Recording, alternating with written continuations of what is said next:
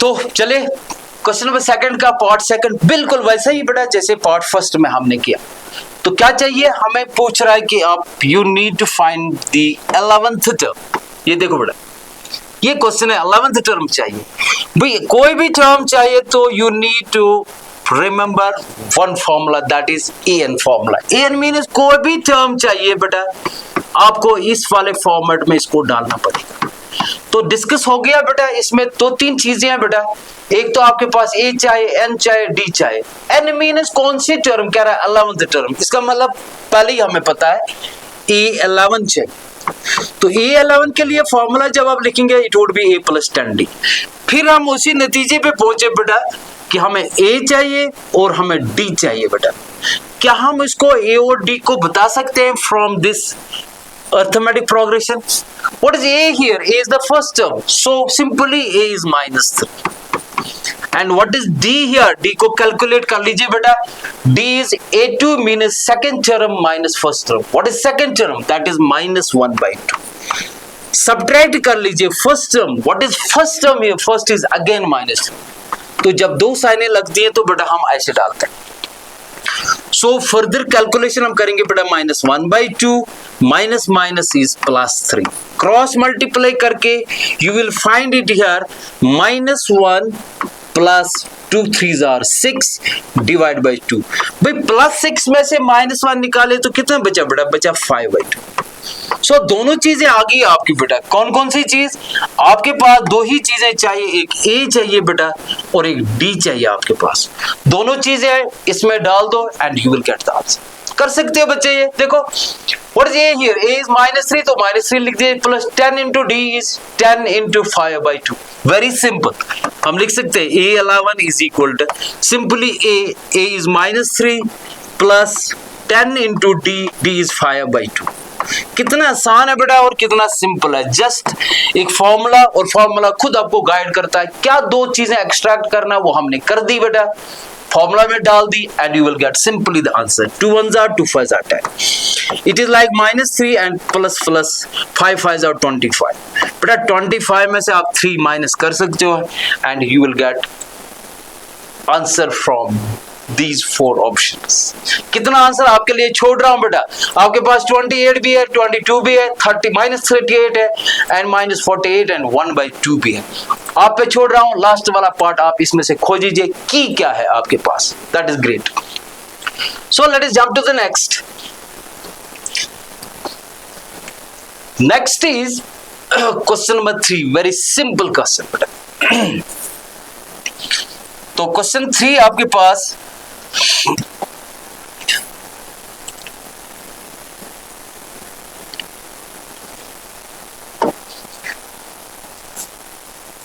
In the following APs find the missing term in the box. बहुत beautiful question है बेटा, ये मानो पूरे एक्सरसाइज का ये कोर है बेटा, ये हार्ट है क्वेश्चन का, इसलिए इसको थोड़ा देख लो।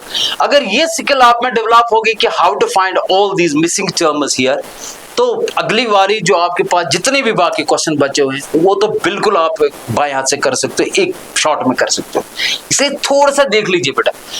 इन the following APs find the missing term in the box. वहां पे अंग्रेजी की सेंटेंस में पिछले वाले क्वेश्चन में लिखा था find 30th term, find 11th term. या मैथमेटिकली आपको कुछ मिसिंग है वो देखना है, वो मिसिंग क्या है और क्वेश्चन क्या बनता है बेटा। So this is an AP, वो कह रहा है कि AP है, फाइंड द मिसिंग टर्म्स। तो मिसिंग टर्म है तो कौन सी मिसिंग टर्म है, ये इंपॉर्टेंट है। पहले ये A1 तो दिया है बेटा आपके पास, this is A1 here and A2 is missing, A2 is missing, A3 is given। यहां पे देखो बेटा कैसे हम इस क्वेश्चन को लेते हैं। कोई भी मैंने A सेकंड, मुझे A2 चाहिए, A2 मीन्स आपको A + D चाहिए बेटा। जो अभी भी हमने क्वेश्चन किए कि कोई भी टर्म निकालने के लिए आपको दो चीजें चाहिए, the value for A and value for D। यहां A तो मेरे पास है, A इज हियर, कोई मसला नहीं है बेटा, A तो आपके पास इसी AP में है, दैट इज 2। तो कैन यू फाइंड, क्वेश्चन ये मेरा है, can you find D in this arithmetic progression. जो आपके पास 2 A1 है, A2 नहीं है, A3। डी तो आपको पता है अभी तक हम कैसे कर रहे थे बेटा, डी हमेशा करते थे हम भाई a2 माइनस a1, कोई भी दो टर्म्स कम से कम होने चाहे कंसेक्यूटिव, लगातार एक के बाद एक, लेकिन यहाँ मिसिंग है, एक के बाद दूसरी अगर होती बेटा, यहाँ कुछ भी होता कोई नंबर में, यहां से इसको सब्ट्रैक्ट करता, डी का वैल्यू आता। चलो ठीक है वो छोड़ दो, अगर यहाँ पे होता 26 माइनस ये वाला कोई वैल्यू होता तो मैं 26 में से इसको सब्ट्रैक्ट, तब भी मेरे पास डी आता।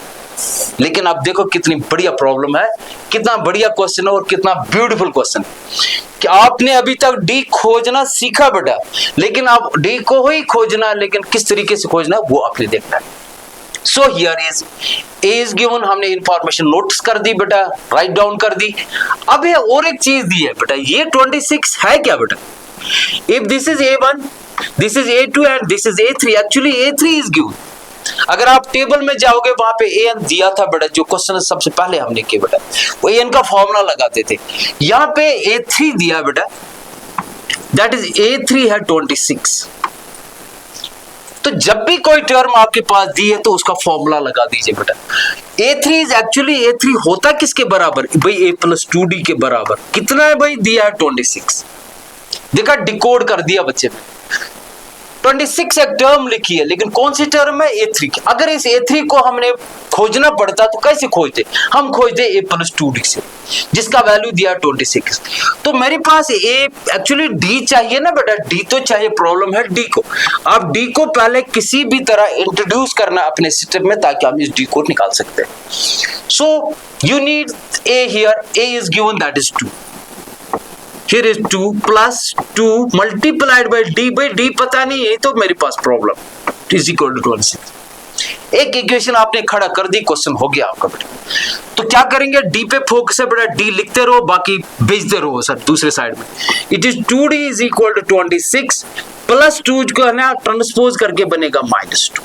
Simple, d is equal to 26 में 2 तो 24 बेटा, ये मल्टीप्लाई 2 है तो बनेगा डिवाइड बाई 2। आपको लगता होगा बेटा कि डी आ रहा है, कितना आसान है बेटा। It is simply 2 1s are 2, 2 12s are, so D is 12। ये 12 बन गया बेटा आपके पास डी। तो क्वेश्चन अभी नहीं हुआ, क्वेश्चन अब है कि मुझे चाहिए बेटा a2 मीन सेकंड टर्म चाहिए, और सेकंड टर्म के लिए तो पहले हम इंग्रेडिएंट्स वो जमा कर रहे थे बेटा, चीजें जमा कर रहे थे, रेसिपी तो अब है। मेरे पास चाहिए बेटा a2, उसके लिए मुझे दो चीजें चाहिए, एक a एक d। a तो रेडीमेड था, d अब मेरे पास आ गया। क्या बेटा आप बता सकते हैं आप what would be a2 here, a 2 है प्लस ऐड करना बेटा 12, 12 प्लस 2 दैट इज सिंपली 14। तो देखो बेटा ये 14 आपके पास आंसर। अब चेक भी कर सकते हो आपका आंसर सही है कि नहीं। अगर 14 माइनस 2 करेंगे 12 बचता है बेटा, अगर 26 माइनस 14 कर दे तब भी 12 बचता है। इसका मतलब हमारी टर्म बिल्कुल वैलिड है, कॉमन डिफरेंसेस सेम आती है। तो सिंपल सा मैंने यहाँ छोड़ दिया बेटा। आपके पास दो चीजें चाहिए थी, दो चीजें आपके पास, a आया, d कैलकुलेट करके दिया, just you have to add up the two, a plus d is 2 and 12 that is 14, so your second term is 14। इससे आगे बहुत ब्यूटीफुल और एक क्वेश्चन है और एक पार्ट है, ये अपने आप में एक क्वेश्चन अलग से है बेटा, इनको देख लीजिए। मेरे पास first missing, second is given, third missing, fourth is given. तो जैसे एक क्वेश्चन में प्रोसेस करते रहेंगे बेटा, आगे चलता रहेगा। यहाँ डी मिसिंग था, यहाँ सबसे पहले ए भी मिस है और डी भी मिस है। कितना अच्छा क्वेश्चन है, ब्यूटीफुल क्वेश्चन। तो हमें चाहिए बेटा 13 और 3 मेरे पास है, हम कर लेंगे। Question is like this, second is 13 again missing and what was the last, it was like 13 and last 3, last is 3 यार। तो बताइए बच्चे क्या करना है। सेम क्वेश्चन, मुझे ए टर्म चाहिए, a means simple a plus 0d, 0d तो नथिंग बट a का मतलब a है कि a डायरेक्ट एक टर्म मिलेगी, हम वो कैसे मिलेगी हम देखेंगे। तो व्हाट इज दिस, एक्चुअली जो नहीं पता उससे ज्यादा मतलब नहीं है, मतलब है व्हाट इज गिवन हियर, उससे हम क्या हासिल कर सकते हैं, उसको यूटिलाइज कैसे करेंगे, उनको कैसे यूज करेंगे ताकि हम अननोन पे आ जाएंगे। सो व्हाट इज दिस, तो आपने पहचाना होगा बेटा दिस ए2। तो a3 is missing here but what is given, that is A4। सो हमारा पूरा क्वेश्चन जो है बेटा इनके इर्द गिर्द घूमेगा। एक तो आपके पास A2 और एक का पास A4। जो गिवन इंफॉर्मेशन है वहां से एक्सट्रैक्ट करके हम अननोन टर्म्स को पहचानते हैं और अननोन टर्म्स को खोज सकते हैं। देखिए बड़ा इंपॉर्टेंट स्टेप है बेटा, थोड़ा अटेंशन दे दीजिए और बेटा थोड़ा इसको सही से आप ग्रास्प कर लीजिए। Here is A2, how much is A2? A2 is 30। But अगर आपको कहा जाता है कि बेटा A2 जरा बताइए खोजते कैसे, A2 के लिए फॉर्मूला क्या है, that is A plus D is equal to 30। क्या हमें A जानते हैं? नहीं सर, A भी नहीं जानते। क्या हम D जानते हैं? D का तो मतलब ही नहीं। D के लिए दो कंसेक्यूटिव टर्म्स होनी चाहिए, मतलब 13 माइनस समथिंग, वो समथिंग है नहीं, 3 माइनस समथिंग, वो समथिंग है नहीं, वो तो मिसिंग है हमारे पास। क्वेश्चन तो यही है, चैलेंज तो यही है हमारे पास। अब इनसे काम बनाते हैं बेटा। A2 आपके पास है A प्लस D, ना ही A जानते हैं ना D जानते हैं, just call it is equation first. अब फिर आप लीनियर इक्वेशन पे पहुंच गए बच्चे, वहां पे आपकी बेस बन गए। इसको करने में फटाफट 10 सेकंड में आप कर सकते हैं इसको। So what is next here? It was all about this A2. A4 is also given. We can write here as A4 is given, that is 3. तो A4 का फॉर्मूला लगा दीजिए। अगर मैं आपको बोलता हूं कि A4 बताए, you just write A plus 3D is equal to 3. Call it as equation second. तो लीनियर पेयर की कहानी फिर आप रिवाइंड कर लीजिए बेटा, उसको फिर दिमाग में लाइए। हम क्या करते थे बेटा, दो किस्म के वेरिएबल है A और D अननोन है, वहां X और Y की कहानी थी, यहाँ पे A और D। अब इसको मैंने क्या करना, हम टर्मिनेट करेंगे, एलिमिनेट करेंगे, एलिमिनेशन मेथड। क्योंकि मेरे पास जो A है बेटा, A का जो कोएफिशिएंट है 1 है, A का कोएफिशिएंट 1 है, मीन सेम है A और A। तो जस्ट अब दूसरा स्टेप मेरा सोचने का क्या होगा बेटा, तब भी हमने इसको अंडरस्टैंड किया। सबसे पहले किसी के वेरिएबल के कोएफिशिएंट सेम बना, वो तो ऑलरेडी सेम बन चुके हैं। दूसरा मेरा यह है कि इनको कैसे टर्मिनेट करते हैं। टर्मिनेट तब होता है जब सेम क्वांटिटी हो, मतलब 2 और 2 सेम है, लेकिन इनका जो साइन है वो डिफरेंट होना चाहिए। +2 में से -2 जाएगा या -2 में +2 जाएगा। +2 और +2 एलिमिनेट नहीं होगा, -2 और -2 एलिमिनेट नहीं होता। That should be entirely different signs. So दोनों सेम है, जब सेम होती तो हम कहेंगे कि इनको सब्ट्रैक्ट कर लो भाई, हम लिखेंगे सब्ट्रैक्ट कर। तो सब्ट्रैक्ट जब करेंगे तो बेटा क्या बनेगा, नीचे वाले जितने भी साइन है बेटा वो चेंज हो जाएंगे। तो क्या क्या बनेगा, ये प्लस है ये बनेगा माइनस है, ये बेटा प्लस है बना माइनस, ये प्लस है बना माइनस। अब जरा कहानी क्या बनेगी बेटा, अब प्लस से और माइनस से कैंसिल, प्लस से माइनस से कर। देखो बेटा ये फाइनल इसका जो साइन है वो -3D है और इसकी साइन +1D है। 3D में से 1D निकालो तो पीछे बचा -2D इज इक्वल टू, ये -3 और ये +13 है, 13 में से 3 निकाल दीजिए बचा 10। तो आ गया आपके पास एक वेरिएबल ये है, और जिसको हम सब्स्टिट्यूट फिर अगले वाले में कर लेते हैं। So your D would be just simple 10 multiply -2 is minus, multiply is divide, 2 1s are 2 5s are 10, therefore D is equal to -5। Minus plus का बड़ा एहतियात रखो बेटा, ये छूट ना जाए कहीं, वरना ये पूरे क्वेश्चन को फिर खराब कर देता है। सो नेक्स्ट इज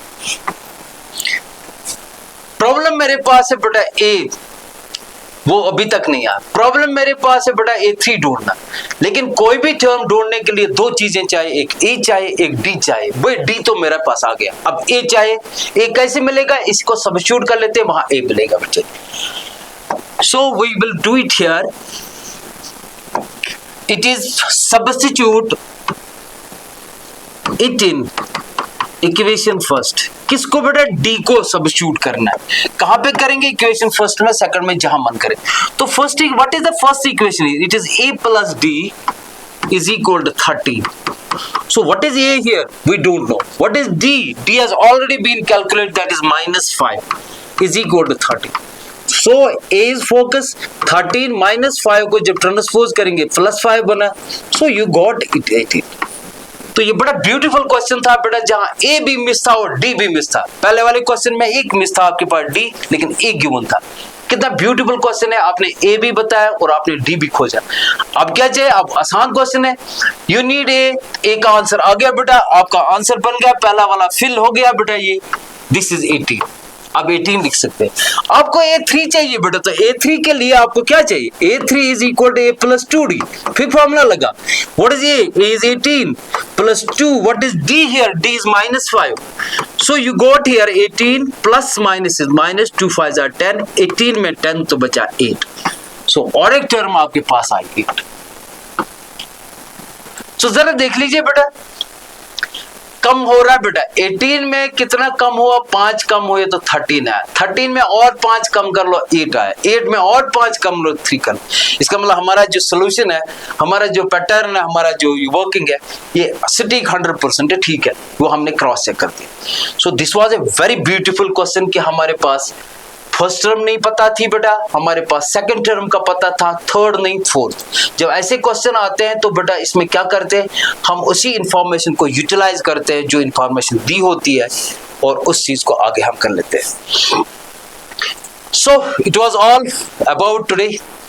आगे सेशंस में और कर लेंगे बेटा, तो हम तब तक आपके लिए बस एक ही चीज है कि भाई आप keep learning, keep practicing and have mastering on mathematics। तब तक आप, God bless all, second session में मिलते हैं। Thank you.